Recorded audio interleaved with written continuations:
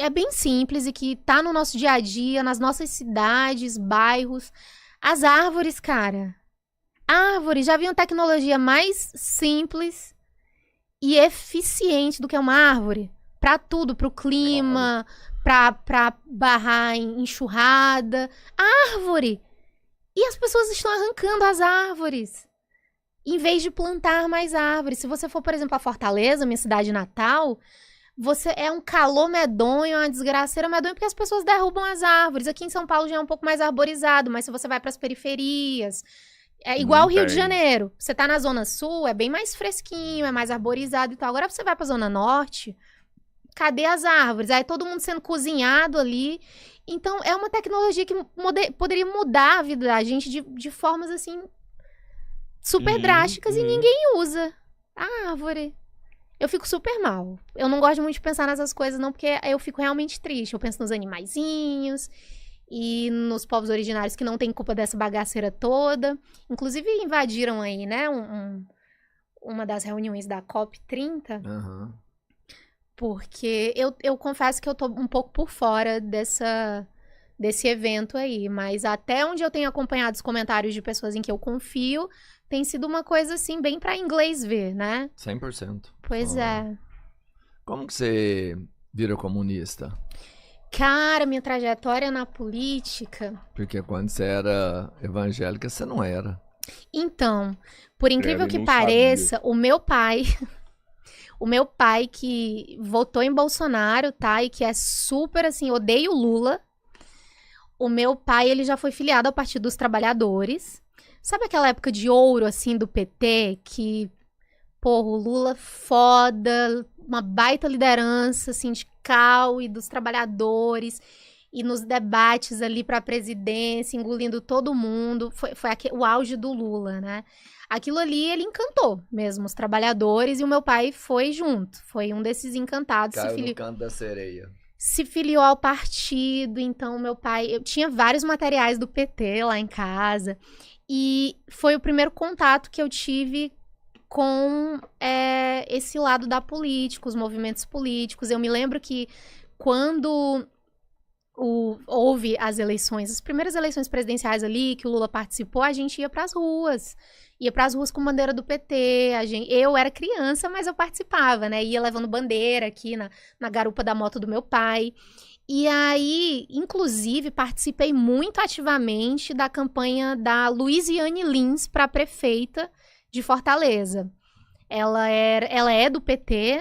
Eu não sei se vocês já ouviram falar na Luiziane. Ela, inclusive, foi na flotilha que partiu para essa mais recente. Foi pra Gaza? Ela foi... como, enfim, representante, foi a única deputada federal daqui, eu acho que foi. E ela se candidatou à prefeitura de Fortaleza numa época em que o apoio do próprio PT, se eu não me engano, era pro Inácio Arruda, do PCdoB. Então ela nem era a alternativa do partido para as eleições. Mesmo assim, ela foi lá, meteu as caras e ganhou. E assim, fui muito pras ruas, ajudei, panfletei, enfim... Mas eu não tinha perspectiva nenhuma de fazer parte, né, dos movimentos, assim, de uma forma mais oficial, mais formal. Eu gostava de ler, gostava de estudar, sempre me indignei muitíssimo com as injustiças sociais. Eu era aquela criança que não aceitava, por exemplo, não entendia por que havia pessoas em situação de rua. Por que tem pessoa em situação de rua, sabe? Por que tem criança que não vai pra escola igual a mim? Por que eu posso comer isso aqui e aquela criança não pode? E depois de mim, por que tem criança que consegue acessar tal coisa e eu não? Quando lançaram aqueles celularezinhos lá da Oi, que era um sucesso, que vinha naquela caixinha. Era Oi? Era Oi, o Robertinho tinha. Oi. Nossa, eu não tinha como ter um celularzinho daquele. Mas eu tinha o que comer em casa. E aí você vê que tem várias, sabe, assim, classes e formas diferentes de acessar as coisas. Então aquilo pra mim nunca fez sentido. Porque eu sempre pensei que as pessoas, elas tinham que ter acesso às mesmas coisas, com a mesma qualidade. Então aquilo sempre me encucou, assim, sempre me revoltou. Sempre fui muito revoltada como criança e adolescente. E aí, quando eu tinha 15 anos, eu passei numa prova para estudar num instituto federal. E você estudar numa instituição pública federal, gente, é um divisor de águas na vida. Não tem como. Se você sair incólume, né?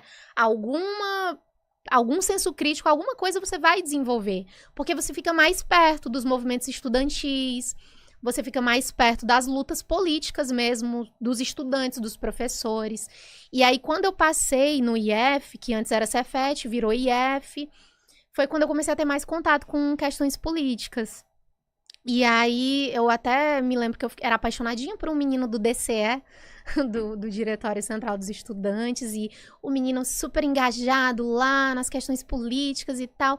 Aí eu me lembro que eu era adolescentinha, eu cheguei pra ele e perguntei assim, ele queria me pegar, né, queria dar uns pegas e tal, e aí eu perguntei, mas pô, por que ninguém faz nada, por que ninguém pega em arma? As conversas, né, da adolescente. Aí ele falou bem assim, a gente não pode falar sobre isso aqui, porque existem as pessoas com arma. Eu acho os migué, né? Pra pegar a menina. Mas ele falou bem assim, nunca me esqueço. A gente tava no terminal de ônibus e ele falou, não, mas tem as pessoas que pegam em armas. É porque é tudo com muito cuidado, é tudo muito... E eu achava, eu sempre tive essa impressão de que as pessoas têm o poder de fazer alguma coisa, mas não fazem. E eu queria entender o que é essa inércia, sabe? De onde ela vem? Por que a gente não se manifesta? Por que a gente não exige as coisas?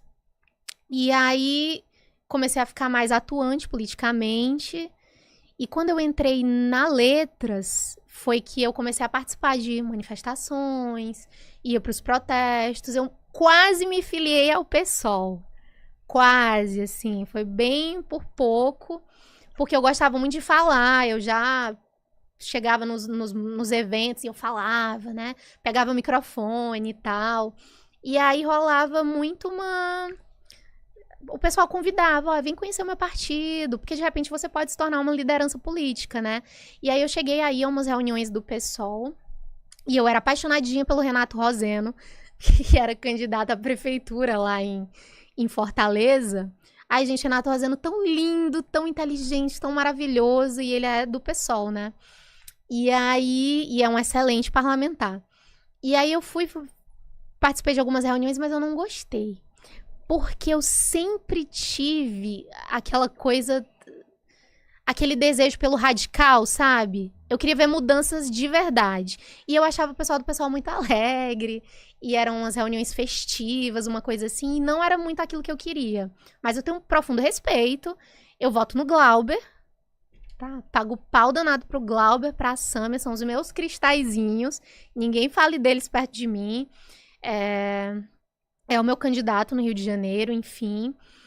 E eu acho que tem quadros incríveis, assim como eu falei pra você, que eu acho que tem quadros maravilhosos no PT também, né? O próprio Breno Altman, por exemplo, é um maravilhoso que eu sou apaixonada, amo demais, assim, acompanho os trabalhos, acompanho os debates, acompanho tudo, e que ele faz as críticas necessárias, que devem ser feitas.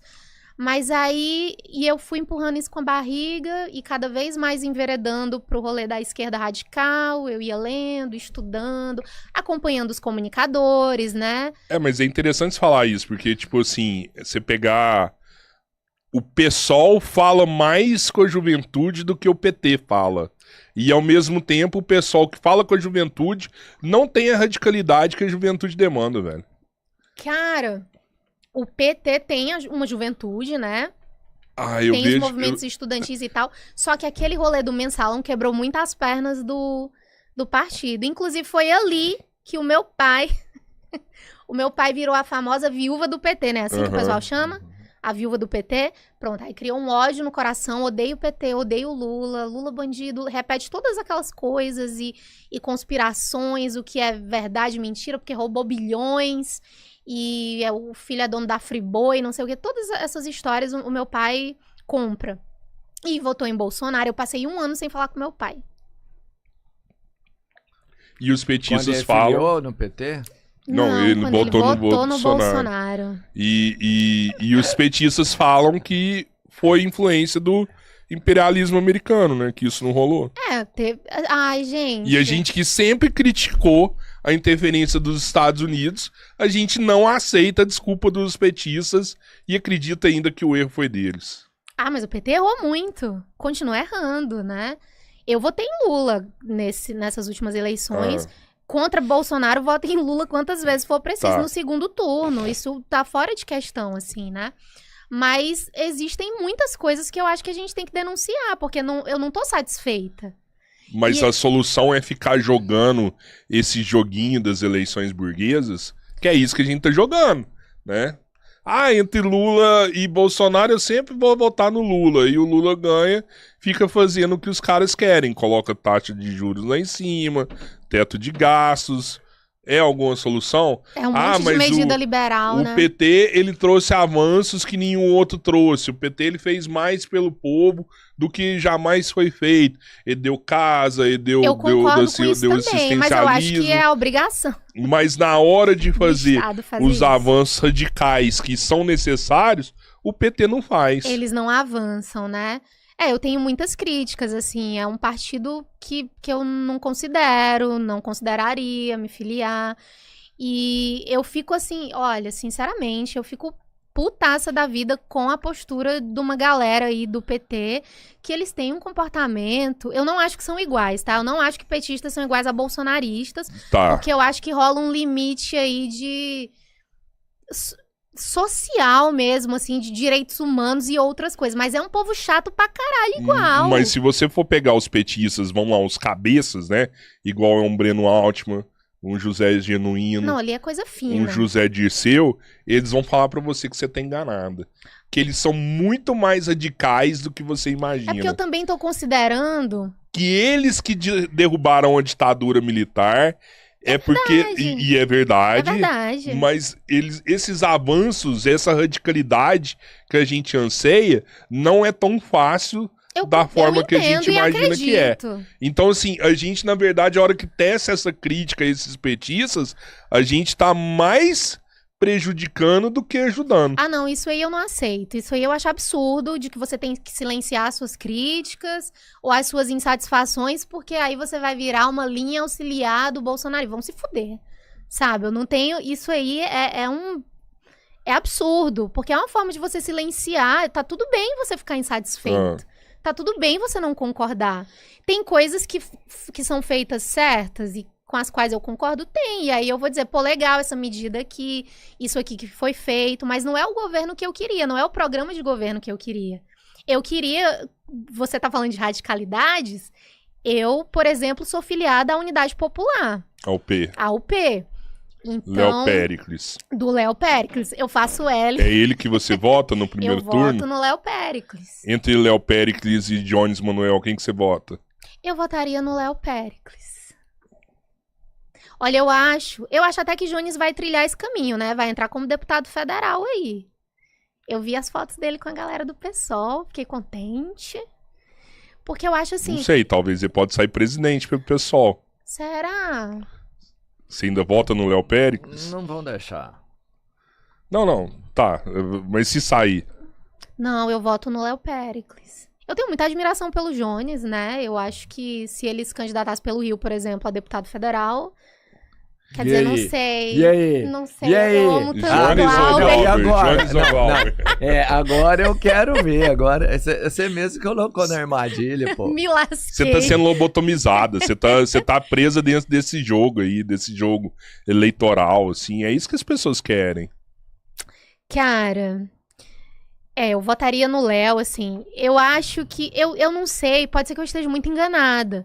Mas eu acho que, por mais que eu goste do trabalho do Jones, e eu acho que ele é muito bom, assim, sabe? Muito carismático também pra conversar com pessoas de todas as idades, principalmente os jovens, que a gente precisa tirar esses jovens dessas ideias reacionárias. Eu não sei o que diabo é que tá acontecendo, cara. A juventude tá... O que você acha desses debates que tem acontecido aqui no Três Irmãos? Eu adoro, acompanho Na todos. real, assim, pode ser Super. crítica aqui, não é porque tá na nossa frente, não. E eu concordo, o Breno Altman fala muito sobre isso, né? Porque sempre rolam aquelas críticas, ai, mas porque você vai dar palco pros malucos, vai dar palco pro... Sei lá, ele esteve Essa aqui do com o Alan dos Santos, a gente né? apanhou pra caralho, assim, tanto o Breno quanto a gente. Gente, mas eu adoro e eu fico super feliz de saber que o Breno, se depender dele, ele faz um toda semana. É verdade.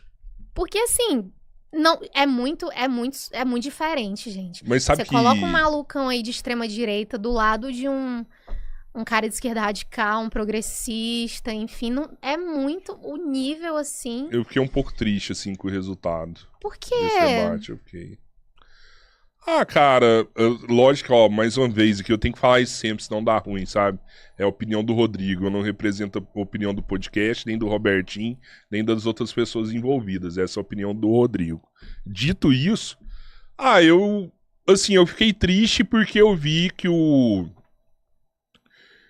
Alan tem uma quantidade imensa de seguidores. Muitíssimo. Bem maior do que a do Breno. Bem maior, tipo, 10 vezes maior.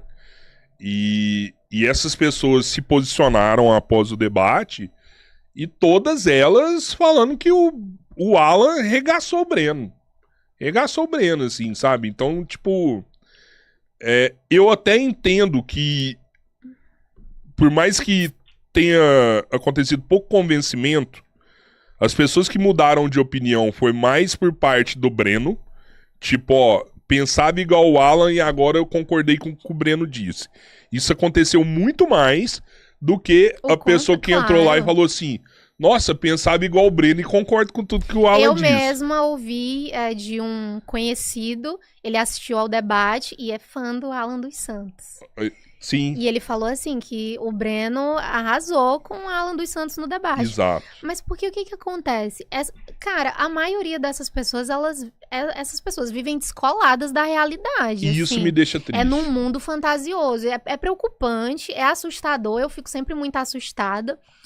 Por exemplo, esses dias eu gravei um Rio e citei o Paulo Freire.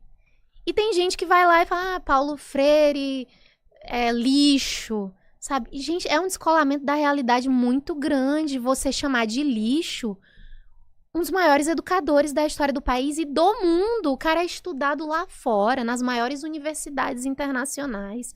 Fez um trabalho impressionante, sabe? Teve trabalho na prática que mudou a forma de alfabetizar pessoas. Mas porque ele era marxista, foda-se, sabe? Mesmo você sendo de direita ou tendo as suas questões, se você tem um mínimo de decência, você não vai falar isso. Sabe, eu fico triste de ver pessoas assim: pô, o Alan falou real. Os Estados Unidos têm que invadir o Brasil, os US Navy SEALs têm que entrar e tem que combater o narcotráfico. A gente precisa dos US Navy SEALs aqui dentro do país. Eu falo: caralho, velho. Olha aonde você tá viajando, sua cabeça. Olha os lugares que os Estados Unidos entrou no mundo inteiro. O que ele fez com esses lugares? Você quer que realmente os Estados Unidos entrem no seu país, igual o Alan dos Santos falou? É isso que você quer que aconteça aqui? É um desconhecimento muito grande, né? E se a gente parar pra pensar, essas pessoas, elas estão em umas bolhas, assim, que são bem assustadoras. Então, elas só se informam, sei lá, Jovem Pan, aí o próprio canal do Alan dos Santos, aí não sei o quê. Elas não dão chance de ouvir outros canais, de ouvir outras vozes diferentes, o que é o que vocês proporcionam nos debates aqui, sabe? Que são essenciais, é preciso fazer isso. Porque não adianta nós pensarmos que a gente vai conseguir avançar bem e muito sem considerar essa parcela de pessoas. É muita gente. Mesmo se a gente parar pra pensar, o Bolsonaro fez merda pra caralho no governo dele, foi uma porcaria, não vou nem dizer que administrou mal, ele não administrou de forma alguma o que aconteceu na época da pandemia, e ainda tem muita gente que votaria nele de novo.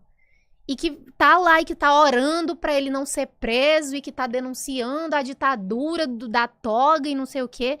E a gente precisa prestar atenção nessas pessoas, né? Porque elas existem. Então a gente não pode considerar uma caminhada política, uma transformação social, uma eleição sem considerar essa galera. Eu nem vejo também esse cara que vota no Bolsonaro assim como... É lógico que tem os seguidores do Bolsonaro, sabe? Mas eu vejo uma galera também que vota no Bolsonaro porque não quer votar no Lula, também. Sabe? É tipo meu pai, por exemplo. É o antipetismo, assim, sabe? Tipo, cara, me dá 20 opções aqui, sabe não sendo Lula, eu voto em qualquer um. E vota mesmo assim, mas porque... entre Lula e Bolsonaro, eu vou de Bolsonaro, porque o Lula roubou o Brasil. Mensaleiro, corrupto. Meu pai é esse aí. é desse espécime aí. É foda, né? Mas não dá pra gente achar também que todas essas centenas de milhares de pessoas são casos perdidos. A gente precisa dialogar com as pessoas. Eu tô falando isso muito fofinha aqui, mas eu tenho problemas, assim, pra ser pedagógica em várias situações. Minha primeira reação é querer dizer, vai tomar no seu cu, seu burro idiota do caralho, né, imbecil, que merda que você tá falando. Então, eu tenho tentado melhorar nesse sentido, assim, de ficar mais paciente. Aí eu fico me inspirando, eu vejo o Padre Júlio, sabe? O Glauberzinho, o próprio Jones, cara, aquele sangue frio, aquela tranquilidade, falando com os caras, assim, mais idiotizados do universo. Às vezes eu assisto a uns debates e eu fico pensando, gente, como que ele consegue estar, sei lá, Lucas Pavanato, por exemplo. Eu ia querer socar a cara daquele moleque. E quando eu vejo esse pessoal de extrema-direita que vem pros debates, não estuda, não lê um livro, não estuda porra nenhuma, sabe? Vem aqui já com umas frases prontas, umas coisas pra poder fabricar os cortes de que eles precisam pra receber, né? Os aplausos dos seres não pensantes que os seguem, porque essa galera tá acostumada a não pensar mesmo. Porque elas não são provocadas a isso, ao raciocínio. Então elas aceitam tudo. E eu fico nervosa. Aí, às vezes, eu assisto e eu penso, nossa, eu não ia conseguir, eu ia querer bater nesse menino. Então, eu tenho tentado me acalmar, ser mais carinhosa, amorosa. Paulo Freire era um que, né, ensinava com amor. Então, eu tenho procurado um pouco mais disso pra minha vida, assim. Principalmente nos embates políticos. Porque não dá pra desconsiderar mesmo essas pessoas. A gente precisa, de alguma forma, trazer as pessoas aqui pra realidade, né? Às vezes é uma frase, é um fato que aconteceu na vida daquela pessoa pra ela acordar. Sei lá, uma pessoa negra que é bolsonarista e antifeminista, até que ela vai passar por uma situação que ela vai ver, não, mas eles me enxergam dessa outra forma. Eu não tô sendo considerada como uma igual, sabe? Teve o caso daquela mulher lá que era casada com um deputado bolsonarista. A Cíntia Chagas, a Cíntia, né? Que agora ele foi indiciado, se eu não me engano. A mulher apanhava do marido, cara, e vinha com esse papo de antifeminista, de que a mulher tem que ser submissa, não sei o quê. Aí, com ela, aconteceu na prática aquilo de que tantas mulheres haviam alertado. Agradeceu a Manuela W ali, né? Falou assim, voz das feministas são importantes, assim, que são vocês sabe? que... A gente precisa considerar isso. As pessoas mudam de opinião. Você não mudou de opinião? Acho que a gente vai mudando, a gente vai aprendendo assim, as coisas, sabe? Eu acho que, por exemplo, a minha mãezinha, ela é crente, eu falei pra vocês, né? Só que tudo o que a bolha dela manda pra ela são crenteilices, vídeos de IA absurdo nos quais ela acredita e direita conservadora, assim. Então, quando tava rolando o conflito Palestina, Israel, não sei o quê, todos aqueles vídeos, a minha mãe, ela pensava o quê? Muçulmanos terroristas, né, atacaram Israel, que é o povo de Deus, que não sei o que. Eu falei, mas mãe, você sabia que esse pessoal não é evangélico? Nem de evangélico eles gostam. Aí ela, nem sabia. Aí eu peguei uns vídeos horrorosos e falei, mas você tá vendo essa criança aqui? Isso aqui é uma criança palestina. O exército fez isso com ela, existe um movimento, o sionismo, e eles pensam isso dos palestinos, e tá rolando isso aqui nas terras, os verdadeiros donos dessa terra são esses. E aí eu ia mostrando pra minha mãe, ela é difícil de dobrar, assim, porém ela é crente, e eu consigo puxar pelo argumento cristão. Então eu falava, tá certo isso aqui, a criancinha, né, com os órgãos de fora, decapitada, essa situação XY, ela, não tá certo, isso não pode ser feito. Deus não aprova isso. Então, como que é o povo de Deus escolhido que tá fazendo isso? E aí a gente vai tentando usar as estratégias para convidar o pensamento, né? Convocar ao raciocínio. Porque a gente pensa que é fácil, às vezes, porque a gente tá tão certo do que a gente pensa, daquilo em que a gente acredita, que a gente acha que todo mundo deveria ser assim também. Ser mais ouvinte, mais aberto ao diálogo. Só que não é assim, né? Então tem que ter paciência.